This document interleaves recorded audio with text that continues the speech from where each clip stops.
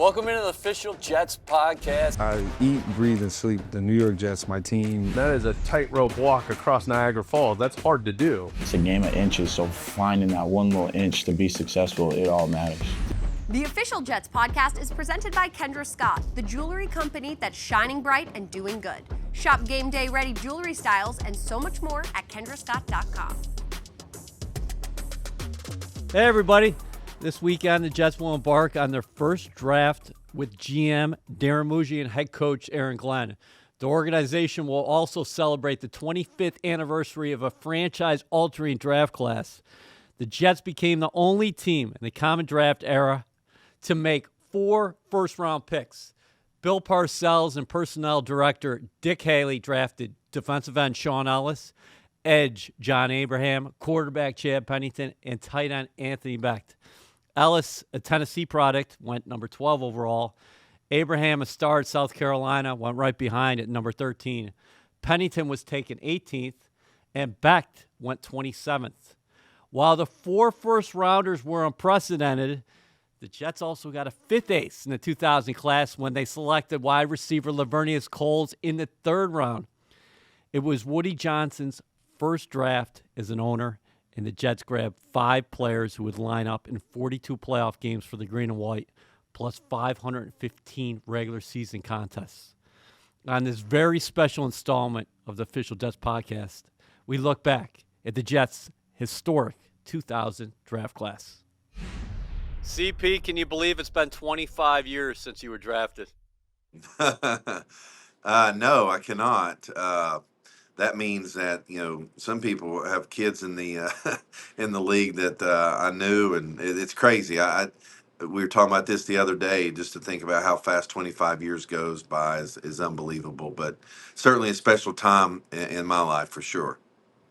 What was the pre-draft process like, and did you get an inkling during that time that, hey, I might be a Jet? You know what? No inkling really. I only had the inkling once I was drafted and thought back through the process. But really, all the talk was about Pittsburgh and San Francisco, and so that was the 2 private workouts I had, and a lot of the talk just around the media about that. But I do remember having one of my formal interviews with the Jets. And so that kind of, once I thought about that process after I was drafted, I said, okay, it makes sense. Al Groh also knew my head coach, Bob Pruitt. Bob Pruitt worked for Al Groh in college. So there was a relationship there, so they could probably gather the information they needed to make the decision on whether or not to draft me. What were your memories of that interview as far as the Jets talking to you? And who was there? Who were the participants? Yeah, good luck on me remembering that. I would. You do remember just, and it's probably in your own mind more than it is anything. But it's a. I don't know if the right word is intense, but it's certainly a professional environment. One of the first ones that I was able to step into to truly have an interview. But I was prepared. I felt like IMG, who represented me at the time, prepared me for those types of things. And we did some mock interviews and things like that. But it's from top to bottom, whether it be football, life, decision-making, everything in between, because it's a huge decision for the organization to make. And they're trying to gather as much information as they can. And so I just remember trying to be as honest as I could and put my best foot forward as far as who I was, not only as a football player, but as a person. Where were you draft day? It's round 1. And who were you with? Yeah, so I was asked to come to New York, but I just didn't. That can go one way or the other, especially during those times. And so I didn't feel comfortable doing that. I didn't want to have a Aaron Rodgers moment, so to speak, where you fall and all eyes are on you while you're sitting there in the room, because I really wanted to be a celebration of one, having the opportunity to be drafted. That's that we take that for granted. That's rare. And so I wanted to be able to celebrate that, enjoy that moment, and then also enjoy it with all of the people, both family and friends, that I felt like had been a part of my life and part of my development. And I just felt like to be able to do that, the best way to do that was go to Norris Lake in La Follette, Tennessee, where I spent my summers, rent a houseboat, and after I was drafted, get on that houseboat and go down the lake and have a good time with family and friends. And so that's what we did. How many people were there? Oh my goodness. I would say, gosh, EA, I would say at least close to 60 at least. I mean, it was packed. But it was a lot of fun. So I know you don't have intimate recollections of the pre-draft interview, but how about the call when you found out that you were actually getting drafted?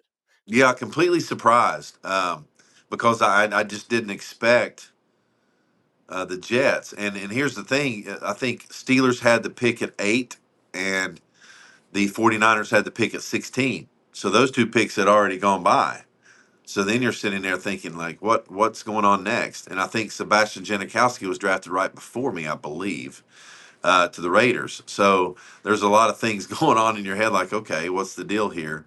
I did feel like I put myself in a good position to be the first quarterback taken based upon my Senior Bowl performance, as well as my combine numbers and what I was able to do there. So I felt good about that. It's just you never know as far as these teams moving and shaking, as far as trying to get who they want to get. So you just it's it's a very weird process. I'll just tell you, because you're trying to enjoy the moment, but at the same time there's so many unknowns, it's hard to enjoy it until it happens. So once it happens, it's just a huge sigh of relief.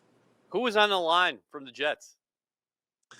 I remember Al Grove being on the line, and then I remember then going to talking to Victor Green, I guess, who was doing some draft day things, and I don't know if that was back to back, but it's pretty close, after Coach Grove had called me.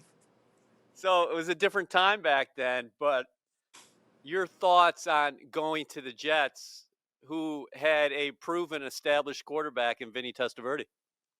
Well, I've always believed then, and I still believe now, that from a development standpoint for quarterbacks coming into this league, I think having a tested veteran that's, number one, willing to work with you as a young player, which was huge in my case because Vinny was so professional about that.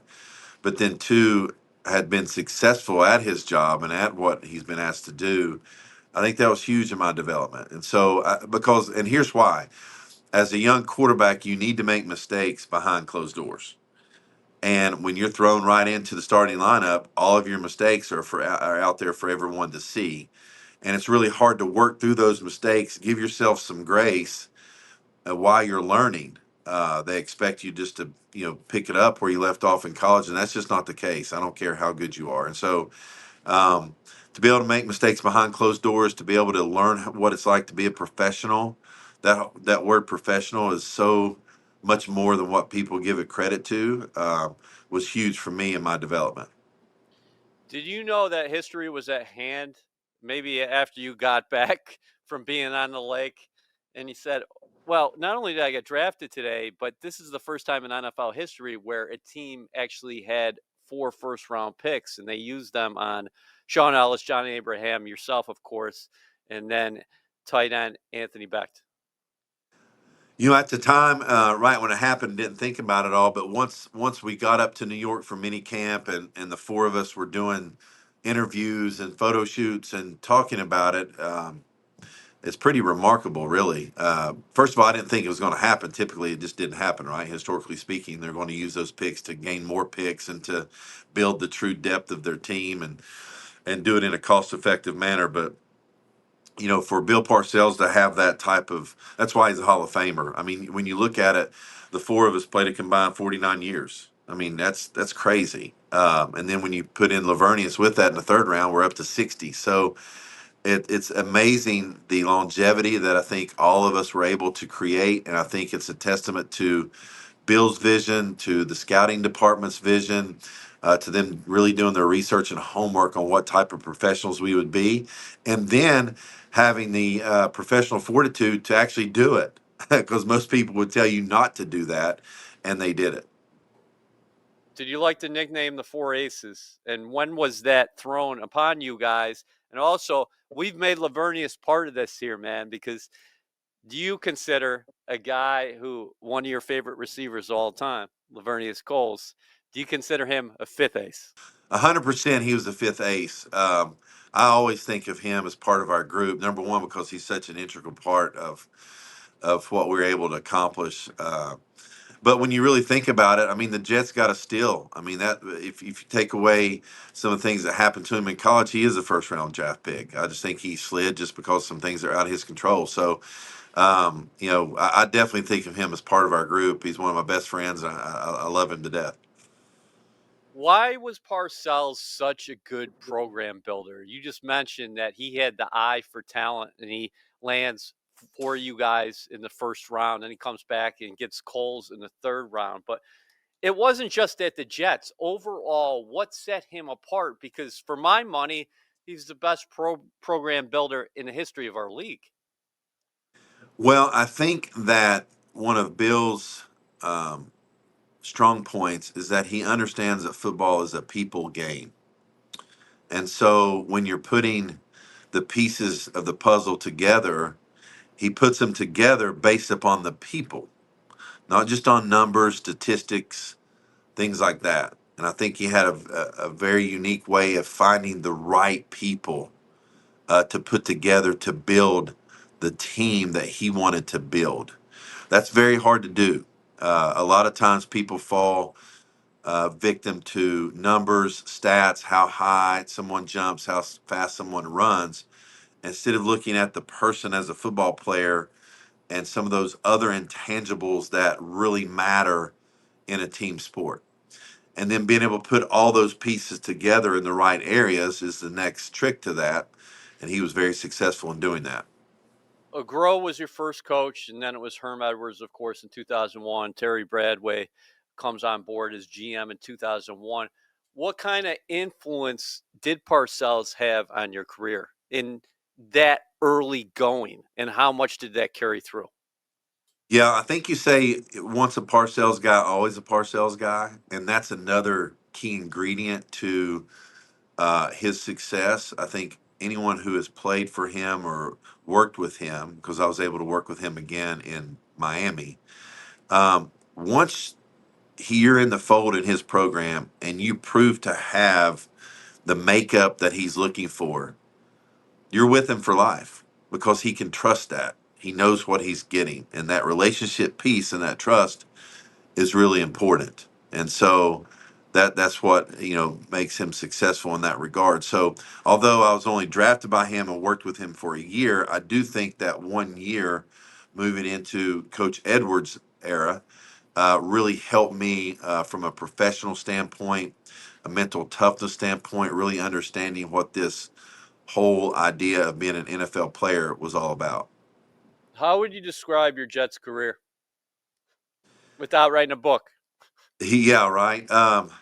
I would describe it as resilient, and really all 11 years. There's resilience all throughout that career. When you look at it, when you take a step back and look at it in third person, I am really proud of my resilience. There are some things that you just cannot control, and when it comes to injuries, especially those type of injuries with the shoulder and a dislocated hand, which is extremely rare, you just can't control those. What you can control is how you react to them, how you respond, how you work through it, and how you try to still be available. And so that's how I would describe it. I look at my 8 years in New York very fondly. I've told you before that, those memories of those 2 weeks, Green Bay and Indianapolis in '02, '04 going out and beating the Chargers, coming back in '06 with a coaching change and being able to win the comeback player of the year and lead our team to the playoffs. I mean, those are very fond memories for me. And there's nothing like winning in New York when it's happening. Those odd years were tough, but the even years, it seemed like every time it was an even year, you knew the Jets were going to be making a run. Yeah, yeah. I don't know, and it even happened that way in Miami too, right? I mean, '08, here we go to the playoffs. I have no idea, and that people ask about, okay, what's your regrets? The only quote regret I have is coming back too early from the first shoulder surgery. I feel like, and that's such a hard thing to do as a competitor. You're trying to be available to your team. As a competitor, you're trying to beat deadlines. But when you're talking about major injuries like that, shoulders, knees, all those different things, time and patience is really, really important. And so when I look back upon that, I feel like if I would have taken some more time and been more patient, maybe I wouldn't have had the second surgery, which then wouldn't have led to the third and fourth. So because those type of injuries, they're really hard to come back from if you don't handle them correctly. And so luckily, that's because the resilience piece and great people around me, I was able to fight through that and still compete at a high level. But I would have loved to have seen how I could competed with a true 100% body, so to speak, and not always having to deal with something like that. Man, '02 was magical. I mean, every time I talk to you, whether it's in person or on Teams, StreamYard, I always think about '02 and when you took that ball and the team got hot and you really took the league by storm. It was incredible. And to this day, I don't think Peyton Manning was ever shut out throughout his professional career, but you guys took them down 41 nothing in that first round of the playoffs. And the preceding week, there was no roof on the stadium because that's a good thing because the roof probably would have came off that 42-17 victory over Green Bay. Yeah, yeah, exactly. That was man, that was a magical time. I just remember the energy in that stadium. I don't know if I ever felt like that again. That energy at those 2 weeks was just unbelievable. I mean, you could just it was palpable. You could feel it, especially when everyone learned that the Dolphins or the Patriots had beaten the Dolphins, and so it was up to us. If we win the division. I mean, and there was another historical moment. I mean, no team had ever started out 2-5 and won a division, so that was really sweet. I consider you a cerebral assassin. So give me a scouting report on each of those guys in the 2000 draft class with the Jets that made such an imprint on this organization, starting with Sean, and then we'll go to John, then Becht, and finally Laverneus. Yeah, so with Sean, you first start with just his physical prowess, how strong he was at the point of attack. He had to adjust from a 4-3 to a 3-4, and then went back to a 4-3. So he did a great job of handling that. But then also, I think his versatility. Although he was strong at the point of attack and was a great run stopper, he could rush the passer. He had 8.5 sacks, I believe, his rookie year out of a 3-4, which is hard to do. So I just remember that. And then you think about his longevity. I mean, for him to be able to play at that type of level for such a long period of time, unbelievable. Look at John Abe. I think if he wouldn't have had the injuries early in his career, he probably would have been a Jet longer. But then, luckily for him, as well as, testament to him, I mean, look at the career he had and the amount of sacks and what type of pass rusher he became, and he was always known, to be that, and so that's what he became, and he excelled at it, So his rush ability off the edge, his speed, his quickness. I mean, in today's game, he would. Goodness gracious, could you imagine what type of player he'd been? He was one of those players that would translate to today's game, right? 25 years later, no doubt about it. And then Anthony. What really proud of Anthony about is, first of all, he's the old school throwback. He became an outstanding blocker at the point of attack as a tight end, and then could still help and be productive in the pass game. That's a lot of times you don't see that anymore. You see one or the other. He could do both, and then you look at his career, how long he was able to play and still be able to do it. And now look what he's doing as a head coach. Which I think is awesome. He's just so versatile in that way.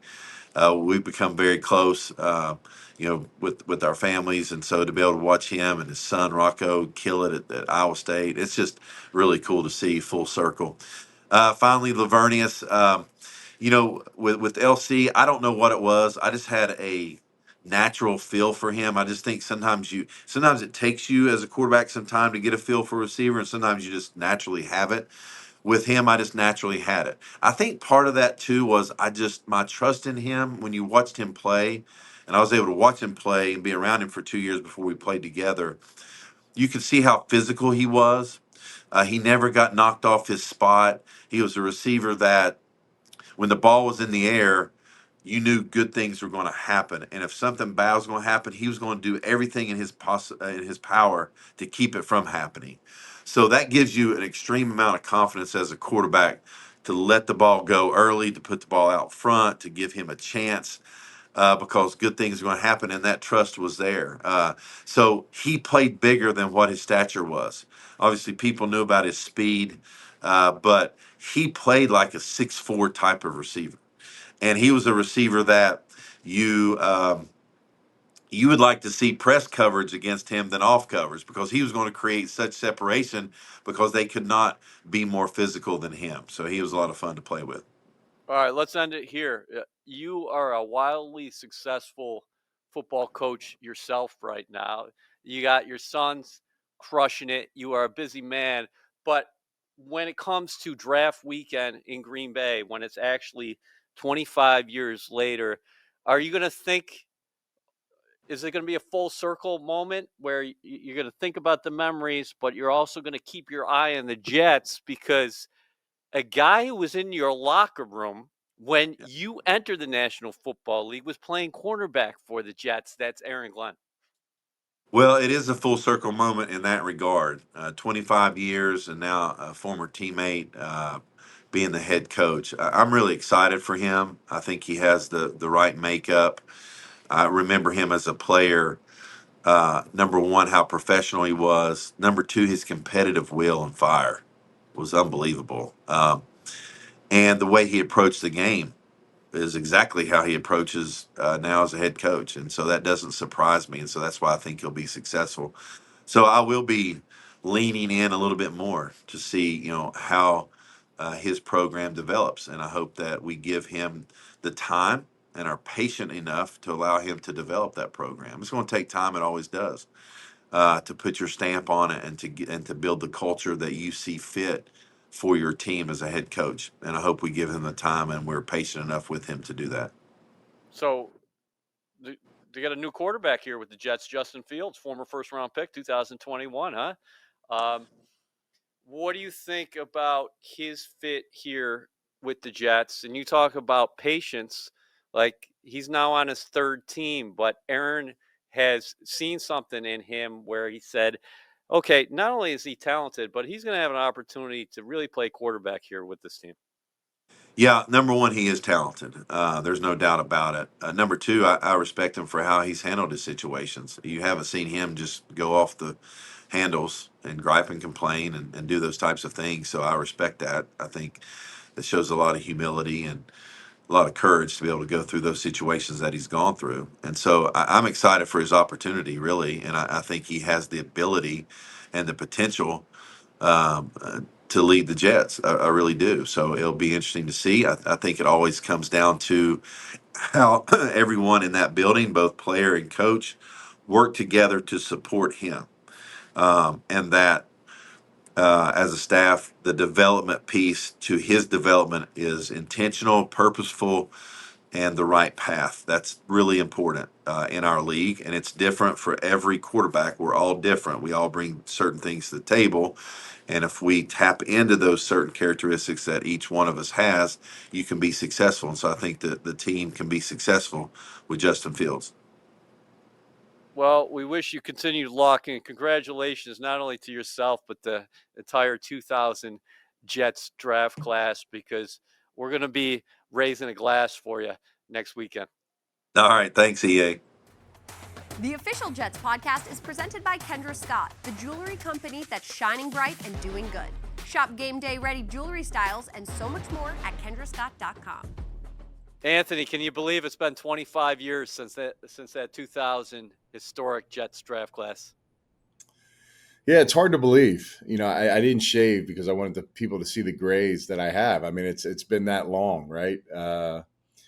Just what an unbelievable day for me and my family, and for all four of us, quite frankly, getting drafted and putting something really good on the field. A good product by all four of us, and the careers that we all had, and it's an honor to be a part of that. You're never going to see 4 first rounders again, probably ever, and it's kind of edged in stone. And like I said, I just the memories are fantastic, and to be a part of the organization still. to have that long lasting relationship it's even better for me because it meant that it was a meaningful time, for myself, the organization, and they still think very highly of me now. So just really proud of that moment. I'm sure you were happy to be drafted, but were you elated? Because young Anthony probably thought he should have went earlier in the first round.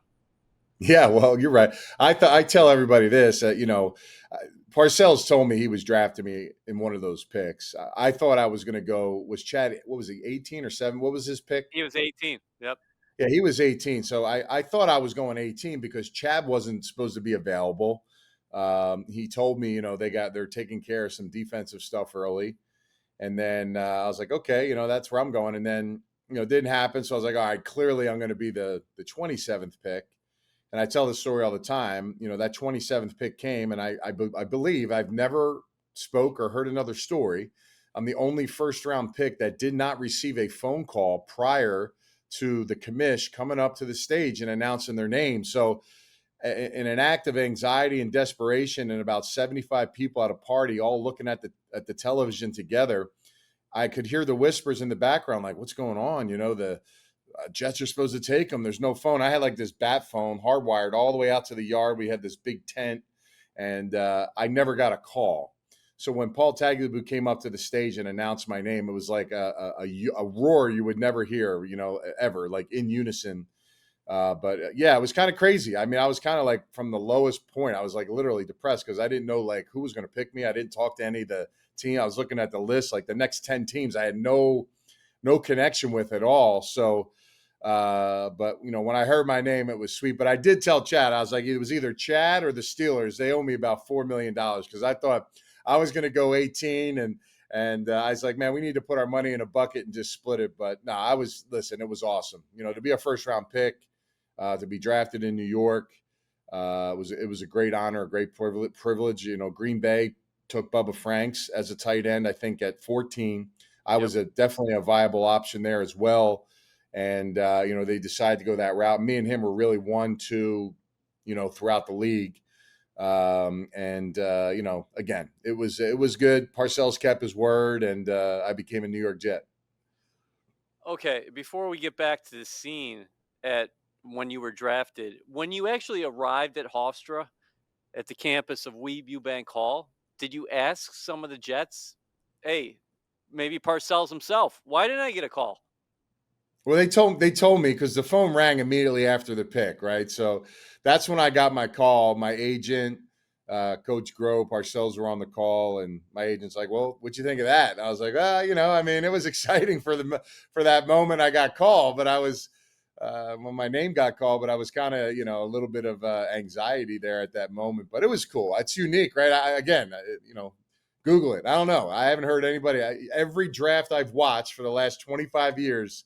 I've seen a phone in somebody's ear with the camera on them, and then all of a sudden they hang it up. Everybody's hugging and kissing, and then their name gets announced on the stage. So I didn't get that, but listen, it was fun, and I guess it was to be unique is something that kind of sets me apart, and it's a great story that I'll always have. Where were you during the draft? And you said how many people were there, and what was that initial couple minutes like? You see tags on the TV, you get the call, and then who did you talk to in terms of family and friends? Yeah, well, my soon-to-be wife Deanne was with me, and then of course 75 family and friends. We had a big tent set up in my parents' backyard. We had a big box, big screens, TVs, extension cord all the way to the TV, had the phone out there. We put couches and TV, put like food. I mean, it was awesome, man. We're all just hanging out, having a good time. We obviously knew we were going to be, in that world, top 35, top 40 picks. So it was awesome, man. Like, it's like the pinnacle. Like, I just go back and think of all the doubt that there was in my career. I wasn't the best player in my high school. I didn't have any scholarship offers. I got one the week before signing day. And, they basically told me by my junior and senior year, hopefully I'd be able to, to mature, build my body up, and contribute in some way to help the football team. So there wasn't a lot of belief there in that moment. And then ultimately to just develop and grow and learn and be at a place where I could become, a really good tight end. And then all of a sudden now going into your junior, senior year, you're labeled as one of the best in the country. It's just, it's gratifying. I made a lot of sacrifices in college during my time there. And not even just trying to be in the NFL, just trying to be like a starter in college, to be a great player, to develop my body. I was 6'5", 185 pounds my senior year of high school. I just was not ready physically to be a tight end. And, just to develop myself and get to that moment, all the people that helped me. And then it was really gratifying, to in that struggle, you go to the Senior Bowl, you go to the Combine, all these things start adding up, and you start checking the boxes, and all of a sudden now you're like, yeah, this guy's going in the first round. So just really awesome. It's a unique time in my life, and it really just paved the way for everything that I've accomplished and done in my life. It built every relationship.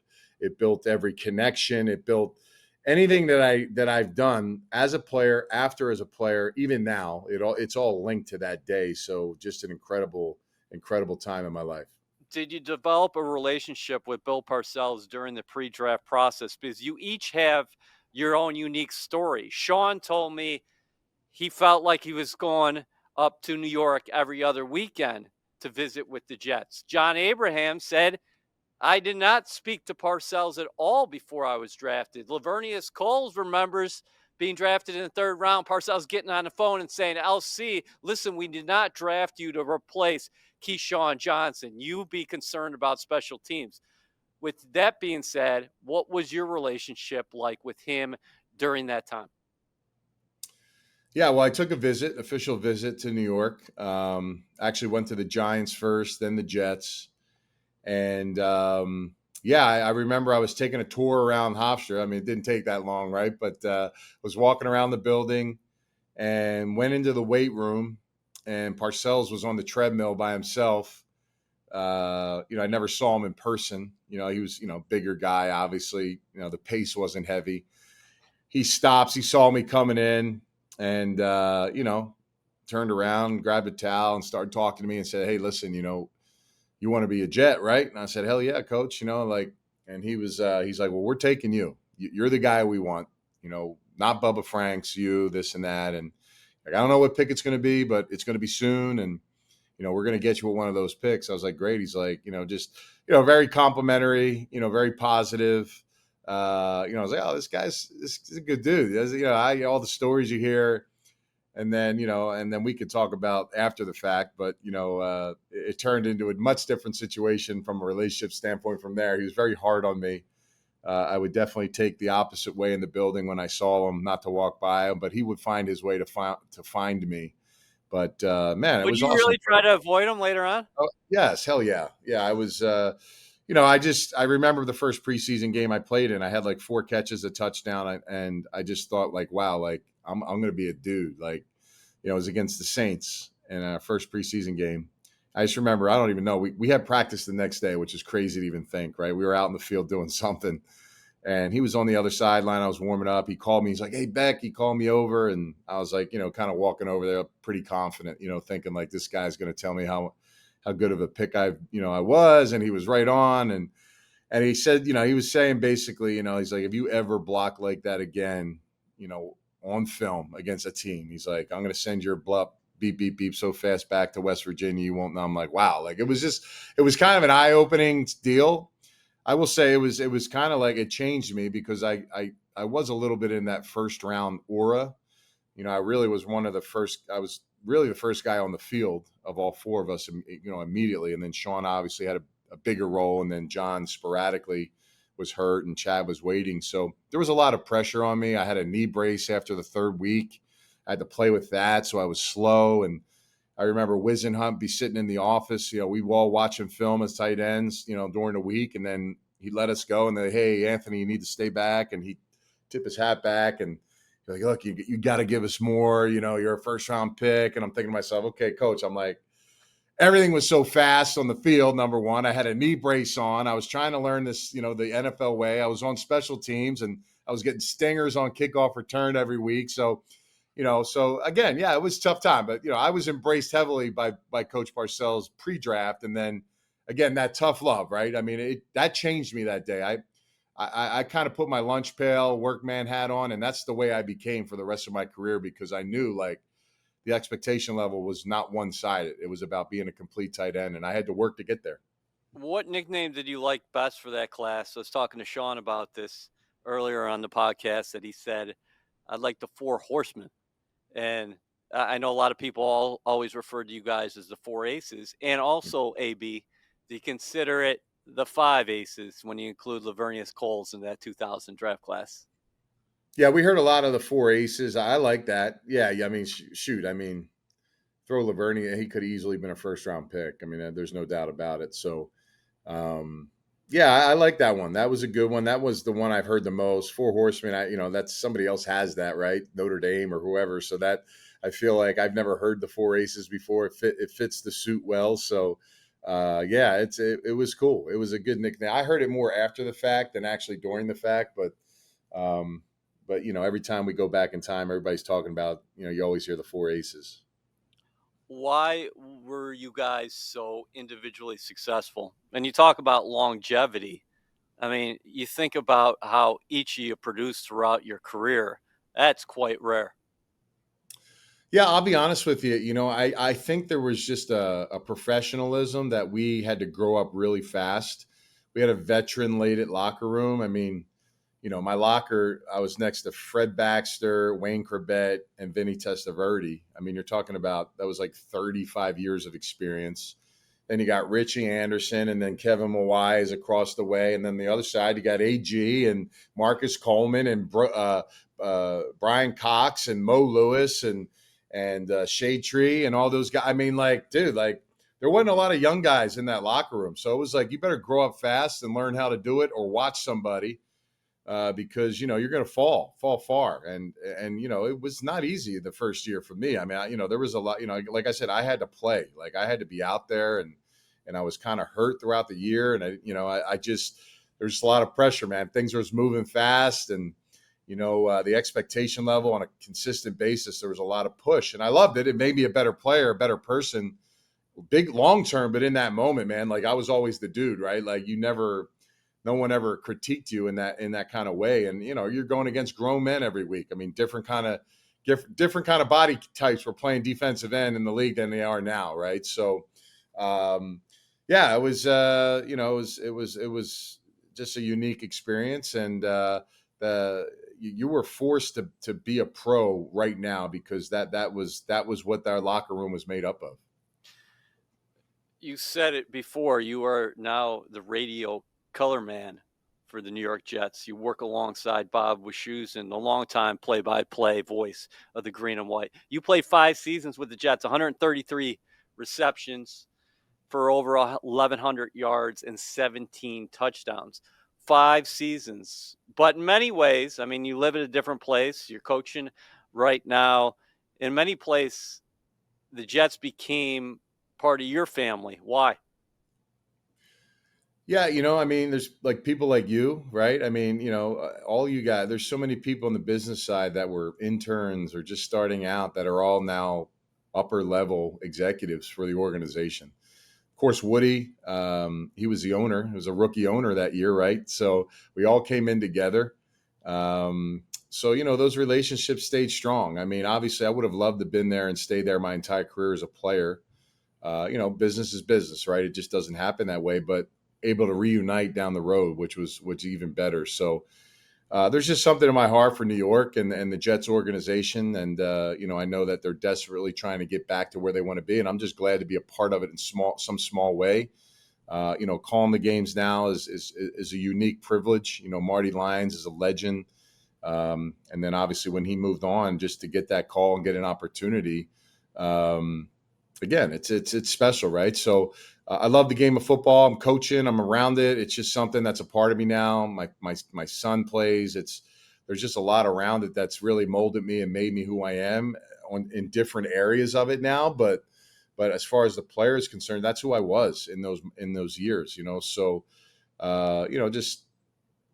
just really gratifying, to be a part of the organization still. I'm thankful that they trust me in the same aspect to go do those kind of things. And been through multiple coaches. I was, doing shows with you, and, when Todd was there and prior. I mean, it's just, there's just a lot of history there as I watched that team from afar, even though I wasn't playing there or retired and doing some other things. So, and I will say this, those 17 touchdowns now, that's the most since Mickey Schuler. Dustin Keller had 17, but wasn't able to eclipse me. So when we talk about productivity in the end zone, it's been a minute now since anybody's caught more than that. So I take that in stride as well. It wasn't easy in that market. There's a lot of things around you. You got to have some strong mentals, and I just felt like I was able to have a really good, successful time, and I was available. I was very rarely injured, except that rookie year. I didn't miss a game. So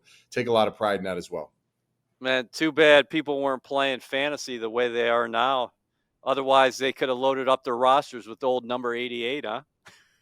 Yeah, I had a couple of those 4 touchdown seasons. So yeah, I mean, hell, they count for something, right? Those points. So the yardage maybe not as much, but those touchdowns, I know there was a little juice there early on in fantasy. That's for sure. Hey, extra significance for you this weekend when you're talking about the draft and 25 years, and now watching what your former team, the Jets, are going to do with the guy who was in that locker room. How cool is that? That locker room that you entered at Webu Bank Hall had Aaron Glenn in it, and now he's leading the team that you started with 25 years ago. Yeah, it's been an impressive run by him. I've watched him grow, after football as a young coach, a scout, and work his way up, pay his dues, learn and be part of really good organizations, go to an organization where he finally got the label as a defensive coordinator and build something that was in shambles. I mean, just complete shambles. And make it a perennial championship contender. And he's a big reason that happened in Detroit. And who knows what Detroit will look like moving forward. When you lose your coordinators and key pieces, it's difficult. The head coach obviously leads the party and the ship, but you need great people around you. And now you got to go outside the box a little bit. So now Aaron gets to do it. He's learned. He's got the knowledge, and now it's his show. So. Similar to me, I got it in a different way. And again, it's just like, I just think like communication has to be clear. I just think he's really good at that. I feel like the messaging is very direct. He has a great plan there. Instant credibility, me being a former player, he's a former player. He played at a high level. I just think there's a respect for that, that players really look into a little bit more and deeper when words come out of your mouth and you say things as a coach, because you've been through those things. You made it at the highest level. He's a first-round pick. He played a long time, multiple organizations, a Pro Bowler. Like, those are things that players now in the league are trying to accomplish. So every nugget that comes out of his mouth is vital and important. So, now he gets to do the same thing. He gets to build the staff. He gets to build the team. He gets to put his plan into place and grow and learn along the way as well. You don't know it all till you get there, and then you gotta really just hone into the day to day and continue to embrace and do that. And I'm sure I can't wait to see his plan. I can't wait to come through after our season and come into the building and camp and during the year when I'm calling the games and be a part of it. I think it's going to be great. I think when you're looking for a leader of men, I mean, he checks that box. So again, I'm just really excited to see what the future lies for this team and this organization with him at the helm. All right, let's end here. If we have an opportunity to have an adult beverage in 2050, and in 25 years, they're still talking about this being a historic draft class, how do you want it to be remembered? Well, to follow up a little bit to the last question, what it means at 25 years, well, it's reminding me that people still care and it matters, right? I mean, we all had accomplished careers. My son, my daughter, my family, my friends get to see it. My players now that don't believe that I was, a a great player or whoever I was, like, oh yeah, that's my coach, So it's kind of cool, man. So 50 years from now, I'm just trying to be the same dude I was when I got drafted. My name was called that day. I take a lot of pride in being me. I take a lot of pride in being genuine. And if anything, if people forget me for being a player or a coach or whatever it is, if they've engaged with me, they know me, they got respect for me because I treated them just like they wanted, just like I wanted myself to be treated. So that's how I live my life. I'm not going to change from that. Now we have a different relationship because we've known each other for so long, but I can honestly say, like, I don't know if there's any bad blood with me in anywhere, in any part of the Jets building an organization anywhere, right? So like the fan base, I love them. You're always going to hear good, bad, and different.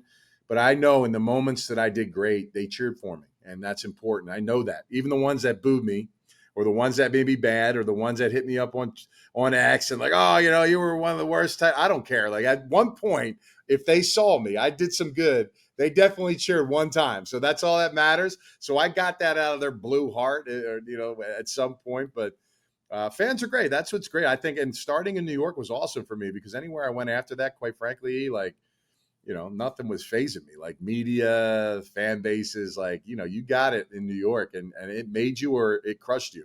And it definitely made me. So 50 years from now, man, I just like, you know what, Becht, it's been a while, but he's a good dude. That's kind of how I love to leave it. Well, we'll be certainly toasting you next weekend, man. Congratulations. It's been a hell of a run, but fortunately, there's a lot more in store for you and the Jets. Appreciate you. Laverneus, it's been 25 years since the Jets' historic 2000 draft class. When you think about that, what goes through your mind? Uh, it's weird remembering that it's been 25 years already because it went by so fast. I can't tell it's been that long, but when you say it and you look at the year and the date now, it kind of resonates and say, man, it's really been 25 years for us since the day we got drafted. As far as the pre-draft process, what were your interactions like with teams and specifically the Jets? If I'm not mistaken, I think I had lunch with Dan Haney, our offensive coordinator, at an Olive Garden here in Jacksonville. But that was the most interaction I think I pretty much had with the New York Jets at that time. Um, really had no clue that I had a chance of going to New York other than there. And then I thought Jacksonville was going to take me or RJ Sauer. So it was one of those days where, my agent told me he didn't know whether I was going to get picked or not, but whatever place I went, just make the best of the opportunity because he said, what it ain't about where you drafted, it's what you do once you get there. How about painting that picture, though, at the Olive Garden? What was that conversation like with Henny? I mean, it was just really one of those real nonchalant lunches where I think he just wanted to see what type of kid I was, where my head was, and if he was willing to come back to New York and put his neck out there on the line for me for them to give me an opportunity because I'm pretty sure Mr. Haney had to come back and say, look, I think he's a good kid. I think he'll fit well into the system and he won't give us any problems. And why did you have to answer those questions? Because a lot of people, I think, right now are going to be watching or listening, and they don't know the background of Laverneus coming out. Well, coming out, I got dismissed from Florida State football team for taking a discounted billets. So it kind of just led me down a path of not knowing. I ended up going to Kenner, Louisiana to train with Tom Shaw back in the day. So my future was in question because that was during the era when Ray Lewis had got in trouble and the wide receiver out of Carolina. So people was very skeptical about drafting guys with questionable backgrounds. And teams were very concerned, and rightfully so, because they was making investments in the players and they didn't want to draft a guy that was going to cause them problems or tarnish their brand.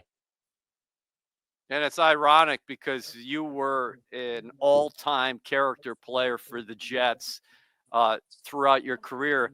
Now, with that being said, 16th or 17th receiver drafted in the 2000 class. Is that right? Yes, sir. I mean, and I still remember it. I mean, like I said, there was a lot of names called before mine at the wide receiver position, but again, it wasn't about where I was drafted. I think I was drafted to the place that fits me best, and being there and getting a chance to play with Vinny and grow with Chad helped my career be what it was, and I'm just thankful I got an opportunity to play in the green and white. But when you got the call from the Jets, your initial reaction? It was bittersweet. It was one of those things. I was glad the wait was over, but to get on the phone with Coach Parcells and he's telling me he's not drafting me to play wide receiver and that I'm not there to replace Keyshawn Johnson. It was one of those things where I had made up my mind. I was like, I'm going to show them that I can play this position. And I had to say yes, sir, and no, sir, and agree with everything he said on the phone. But in the back of my mind, I was telling myself, I'm going to play wide receiver. The 4 first-round picks, Sean Ellis, John Abraham, Chad Pennington, and Anthony Becht.